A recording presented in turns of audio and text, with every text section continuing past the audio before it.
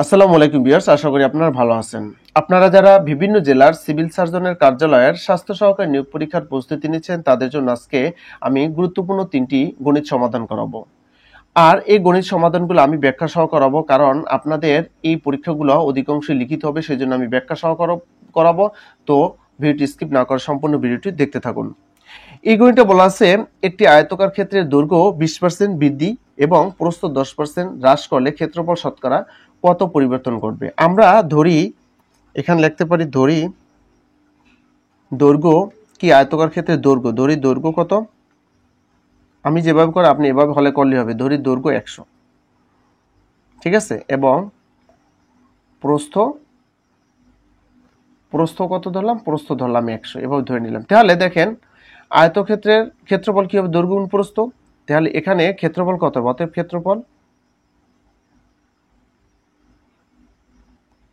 অতএব ক্ষেত্রফল, ঠিক আছে, ক্ষেত্রফল কত, তাহলে 100 গুণ 100 সমান সমান কত হয় দেখেন, 10,000 বর্গ মিটার ধরলাম, ঠিক আছে, 10,000 বর্গ মিটার বা একক ধরলাম। আচ্ছা, এবার দেখেন বলা আছে আবার কি, দৈর্ঘ্য 20% বৃদ্ধি, দৈর্ঘ্য 20% বৃদ্ধি। তাহলে আমরা লিখবো 20% বৃদ্ধিতে কি, 20% বৃদ্ধিতে 20% বৃদ্ধিতে দৈর্ঘ্য, 20% বৃদ্ধিতে দৈর্ঘ্য কি 100 সাথে 20 বাড়বে। তাহলে আমরা ডাইরেক্ট লিখলাম কত, 120। আপনি হলে বসে 100 প্লাস 20 দিতে পারেন, ঠিক আছে, 120। এবং দেখেন 10% হ্রাসে, পরে বলা আছে কি দেখেন 10% হ্রাসে, 10% হ্রাসে কত হবে, তাহলে 10% হ্রাসে কমবে, 10% হ্রাসে প্রস্থ কত, তাহলে 100 থেকে 10 বাদ যাবে 90। এক্ষেত্রে ক্ষেত্রফল কত হবে দেখেন, অতএব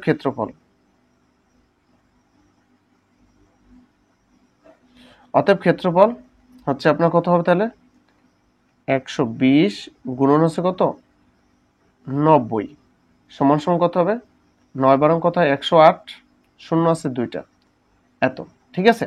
তাহলে আমরা আমাদের প্রথমে ছিল কত দেখেন 10,000, হলো কত 10,800, তার মানে কি 800 বৃদ্ধি পেয়েছে, তাই না, 800 বৃদ্ধি পেয়েছে। এইবার কিন্তু আমরা লিখতে পারি যে তাহলে আমাদের 10,000 বৃদ্ধি পায় কত, আমরা একটু দেখে নিই। দেখেন আমি বিয়োগটা করলাম না, আচ্ছা এখানে একটু লিখি দিই, বৃদ্ধি পায় কত দেখেন, তাহলে 10,800 বিয়োগ হবে মূল ছিল কত 10,000, ওকে, তাহলে কত 800 বৃদ্ধি পায়, তাই না, এটা বৃদ্ধি পায়। হ্যাঁ, এখন আমরা লিখব যে 10,000 বৃদ্ধি পায়, 10,000 বৃদ্ধি পায়, 10,000 বৃদ্ধি পায় কত, 10,000 বৃদ্ধি পায় আপনার কত 800, ঠিক আছে। অতএব 100তে শতকরা, ডাইরেক্ট শতকরা দিয়ে দিলাম, শতকরা চাইছে না, অতএব 100তে বৃদ্ধি পায়, তাহলে কি হবে দেখেন 800 উপরে যাবে কত 100, আর নিচে আছে কত 10,000, ওকে। এবার দেখেন এই 2 শূন্য আমরা কাটলাম, এই 2 শূন্য কাটলাম, থাকলো কত 8, তার মানে 8% বৃদ্ধি পায়। এটাই হচ্ছে আপনার উত্তর। আপনি একটু সুন্দরভাবে লিখে দিলেন, অতএব বৃদ্ধি পায়, ক্ষেত্রফল বৃদ্ধি পায়, 8% বৃদ্ধি পায়, ঠিক আছে। এই হচ্ছে আমাদের পুরো গণিতটা, আশা করি বুঝছেন। আচ্ছা, 2 নম্বর গণিতটা দেখুন, দাঁড়বে একটি নৌকা স্রোতের অনুকূলে ঘন্টায় যায় 15 কিলোমিটার এবং স্রোতের প্রতিকূলে ঘন্টায় যায় 5 কিলোমিটার, স্রোতের বেগ নির্ণয় করুন। এখানে একটা বিষয় আপনার জানতে হবে যে স্রোতের অনুকূলে এবং প্রতিকূলে কি বোঝায়। ধরেন নৌকাটি এদিকে যাচ্ছে, স্রোতও এদিকে যাচ্ছে, এটা হবে অনুকূলে, অর্থাৎ নৌকার বেগ প্লাস স্রোতের বেগ, এটা হবে কি অনুকূল, ঠিক আছে, এটা হবে অনুকূল, ওকে। আর যদি ধরেন নৌকা যাচ্ছে এদিকে, স্রোত আসছে এদিকে, উল্টাটা, তখন হবে কি প্রতিকূল। এই বিষয়টা বুঝলে আপনি নৌকা স্রোতের যত গণিত যেভাবে আসুক আপনি পারবেন, শুধু একটা লজিক আপনার মাথায় রাখতে হবে। আমরা নৌকার বেগ সমান সমান ধরলাম, নৌকার বেগ এখানে ধরে নিই, নৌকার বেগ সমান সমান, গণিতটা আমরা শর্টকাটে করতে পারি, ঠিক আছে। নৌকার বেগ সমান সমান আমরা ধরলাম এক্স, আর স্রোতের বেগ সমান সমান আমরা ধরলাম ওয়াই। স্রোতের বেগ স্রোতের বেগ সমান সমান আমরা ধরলাম কি ওয়াই। এবার দেখেন আমরা অনুকূলে বলতে কি বুঝাবো, অর্থাৎ নৌকার বেগও আছে, আমি আগেই বলছি স্রোতের বেগও আছে, তাহলে আমরা এখানে ধরবো এক্স প্লাস ওয়াই, এই দুইটার গতিবেগ সমান সমান হবে কত 15। বিষয়টা বোঝা যায়। আর প্রতিকূলে বেগ বলতে আমরা কি বুঝবো, অর্থাৎ নৌকার বেগ থেকে স্রোতের বেগ বাদ যাবে, তাহলে কি X minus Y equal to কত 5, এটাই তো বোঝাচ্ছে তাই না। এবার আপনি বিয়োগ করেন, সাইন পরিবর্তন করেন, ঠিক আছে, এটা কাটা যায়, ওয়াই এখানে একটা কয়টা হয়, দুইটা ওয়াই হয়, 15 থেকে 5 গেল থাকে কত 10, বা ওয়াই ইকুয়াল টু 10/2, হ্যাঁ, বা ওয়াই ইকুয়াল টু কত 5 দুগুণে 10, এটা কাটলে কত 5, ঠিক আছে। তাহলে ওয়াই হচ্ছে আমাদের কি স্রোতের বেগ, তাহলে স্রোতের বেগ আমরা কত পাইলাম, হ্যাঁ স্রোতের বেগ পাইলাম আমরা কত 5। উত্তর স্রোতের বেগ 5 কিলোমিটার ঘন্টায়, স্রোতের বেগ 5 কিলোমিটার ঘন্টা। আশা করি বুঝছেন। 3 নম্বর গণিতটা দেখুন, একটি বর্গাকার বাগানের ক্ষেত্রফল 1 হেক্টর। আচ্ছা, বাগানটির পরিসীমা কত?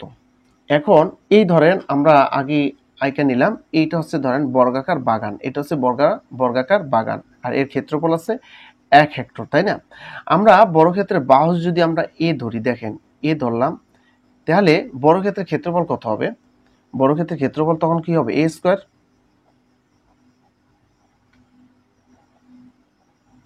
বর্গক্ষেত্রের ক্ষেত্রফল কি হবে দেখেন, তাহলে বর্গক্ষেত্রের ক্ষেত্রফল আছে তাহলে এ স্কয়ার, তাহলে আমরা লিখতে পারি 1 হেক্টর, হ্যাঁ, তাহলে আমরা এই এ স্কয়ার সমান সমান লিখতে পারি 1 হেক্টর, আর 1 হেক্টর সমান সমান হচ্ছে 10,000 বর্গমিটার। কি 1 হেক্টর সমান সমান হচ্ছে, আমরা জানি, এবার আপনি লিখে নেবেন, আমরা জানি 1 হেক্টর সমান সমান 10,000